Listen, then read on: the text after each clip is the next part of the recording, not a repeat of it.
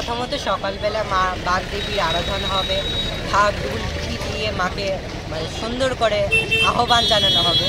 তারপর 4,000-এর বেশি ভক্তদের জন্য আমাদের স্কুলের প্রসাদের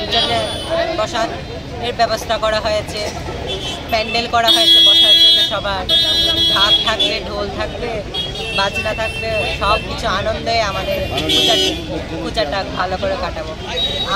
আমাদের স্কুল থেকে প্রত্যেক নাগরিক মাননীয় মুখ্যমন্ত্রী, মাননীয় মেয়র সাহেব সবাইকে জানাচ্ছি আপনারা আমাদের স্কুলে আসবেন, এসে প্রসাদ গ্রহণ করবেন, আমাদের স্কুলকে দেখবেন, পূজার আনন্দ নেবেন। হ্যাঁ, এবার স্টুডেন্টরাই পুজো করছে, সবই স্টুডেন্টরা পুজো করছে। আমাদের টিচাররা, আমাদের এসএমসি কমিটি মেম্বার্সরা সবাই আমাদের পাশে আছে, আমাদের হেল্প করছে, সবাই মিলেই। পুজোর আচার অনুষ্ঠানটা যে স্টুডেন্টরা, হ্যাঁ, পুজোর আচার অনুষ্ঠান সব স্টুডেন্টরা করবে, সব কিছু সব স্টুডেন্টের হাতে দেওয়া হবে। আমাদের প্রতি বছরের মতো এবছরও আমরা সব ঐতিহ্য মেনে আমাদের পুজো পার্বণ ইত্যাদি অনুষ্ঠানের জন্য প্রস্তুত।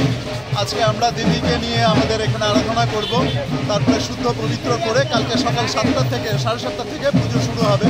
9:30টার মধ্যে অঞ্জলি হবে এবং প্রায় 5,000 মানুষের প্রসাদের ব্যবস্থা করা হয়েছে। সবাইকে হাতে হাতে প্লেট চামচ দিয়ে প্রসাদের ব্যবস্থা করা হয়েছে।